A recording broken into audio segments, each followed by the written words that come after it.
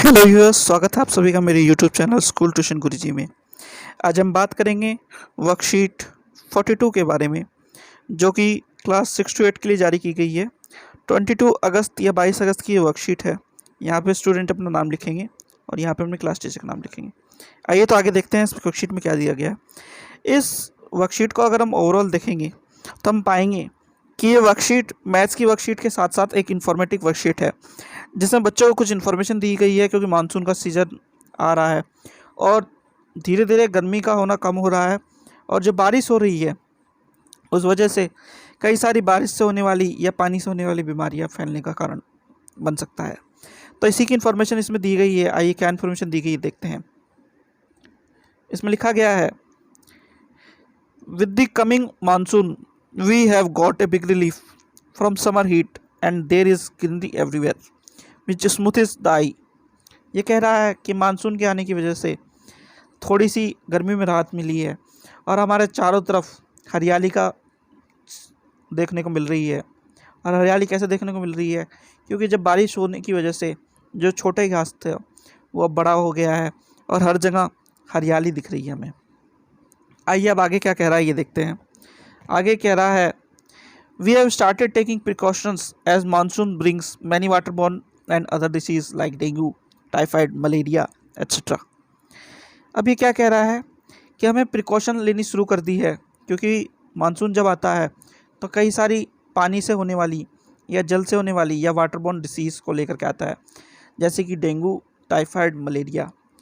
अब इनमें दो चीज़ या दो नाम जो कि डेंगू और मलेरिया हैं, ये आपको इस सीज़न में ज़रूर सुनने को मिलते हैं, क्योंकि डेंगू और मलेरिया सबसे ज़्यादा होते हैं और ये मच्छर के द्वारा होने वाली बीमारी है। ये कब होता है? ये तब होता है जब आपके आस पड़ोस में कहीं पानी का जमावड़ा हो जाए किसी चीज़ में, या तो पानी खुली टंकी में हो जाए या फिर टायर में या फिर कूलर में। ऐसी जगह पे जब पानी का जमाव हो जाता है और वहाँ पे ये मच्छर, डेंगू या मलेरिया का मच्छर पनपता है और वो काटता है आपके शरीर पे, तो आपको डेंगू या मलेरिया हो जाता है, जिस वजह से आप बीमार हो सकते हैं। तो इससे बचने के लिए हमने कुछ प्रिकॉशन लिए हैं जो इसमें बताए गए हैं। क्या बताए गए हैं आप आगे देखते हैं। We drink boiled water. किसी भी पानी को साफ़ करने का सबसे आसान तरीका यही है कि उसे पानी को गर्म करके पिया जाए। अब पानी को गर्म करने से क्या होगा, उसमें जो अशुद्धियाँ हैं वो अलग थोड़ी सी देर के लिए नीचे बैठ जाएंगी और आप पानी को छान करके आराम से पी सकते हैं। दूसरा तरीका क्या हो सकता है? दूसरा तरीका ये हो सकता है कि आप उस पानी को फ़िल्टर कर लें। फ़िल्टर करने के लिए कैंडल मिलती हैं, फ़िल्टर कैंडल जिन्हें बोलते हैं। आप उसे फ़िल्टर में लगा सकते हैं या अपनी बाल्टी में लगा सकते हैं या घड़े में ये लगा सकते हैं या मटके में लगा सकते हैं, और इसके द्वारा आपका पानी फ़िल्टर हो जाएगा और आप उसे आसानी से पी सकते हैं। और क्या कर सकते हैं आप लोग?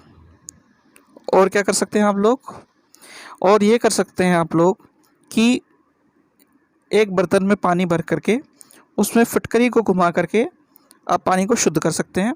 और एक चीज़ और कर सकते हैं, आप पानी में क्लोरीन की गोली या पानी साफ़ करने वाली गोली डाल करके पानी को साफ़ करके तब अपने उपयोग में ला सकते हैं। अगली चीज़ जो बताई गई है इसमें वो क्या है, we do not let water collect in cooler, old tyres, open water tanks. तो क्या करना है हमें? हमें हमारे आस पड़ोस में किसी भी कूलर में, पुराने जो छत पे पड़े हैं या कई टायर पड़े हैं उसमें, या पानी की टंकी में पानी को रुकने नहीं देना है या खुला नहीं छोड़ देना है, ताकि उसमें डेंगू या मलेरिया का कोई भी क्या मच्छर न पनप सके। आप लोगों को मैंने जैसा कि अभी बताया था थोड़ी देर पहले कि डेंगू या मलेरिया का मच्छर स्वस्थ पानी में ही पनपता है, और जब वो बड़ा हो जाता है वो आपको काटता है, जिस वजह से आपको डेंगू या मलेरिया जैसी बीमारी हो सकती है। तो इससे बचने के लिए आप इन सब चीज़ों का उपयोग कर सकते हैं और इससे बचाव कर सकते हैं। आगे बढ़ते हैं। अब क्या कह रहा है ये, let's take data of a town for a specific week. अब इसने क्या किया, एक जगह का, एक हफ्ते का कुछ डाटा लिया जिसमें दो चीज़ें दी गई हैं, एक है डिसीज़ और दूसरा है पेशेंट या नंबर ऑफ पेशेंट। तो ऊपर क्या दिया गया है, ऊपर अलग अलग बीमारियों के नाम दिए गए हैं और नीचे उनके पेशेंट दिए गए हैं, जैसे कि डेंगू के 86, मलेरिया के 122, टाइफाइड के 231, चिकनगुनिया के 95, फीवर के 452, डायरिया 385 और कफ एंड कोल्ड के 543। ठीक है बच्चों, तो ये कुछ बीमारियों के इसने नाम गिनाए और उनके पेशेंट के नंबर गिनाए। अब क्या कह रहा है ये, हम लोगों को and answer the following question based on the data. इस क्वेश्चन के बेस्ड होकर के हम लोगों को या इस क्वेश्चनों को पढ़ करके हमें ऊपर के डाटा को देख करके हमें नीचे के आंसर देने हैं। तो आइए देखते हैं क्या है। Name the disease showing the maximum number of patient. Maximum number of patient कहाँ पे है? कफ एंड कोल्ड में मैक्सिमम नंबर ऑफ पेशेंट है। ठीक है, जो कि है 543। तो यहाँ पे आंसर हो गया 543। आपको लिखना क्या है?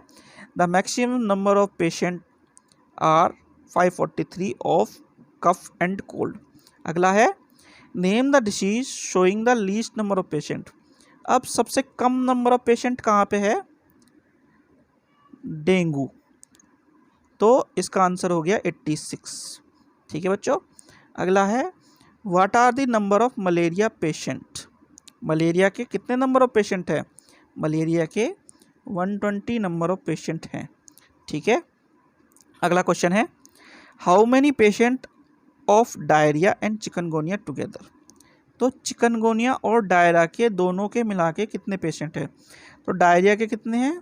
385 और चिकनगोनिया के हैं 95।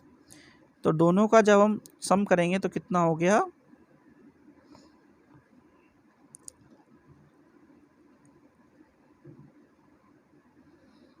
480। ठीक है, तो कितने हो गए?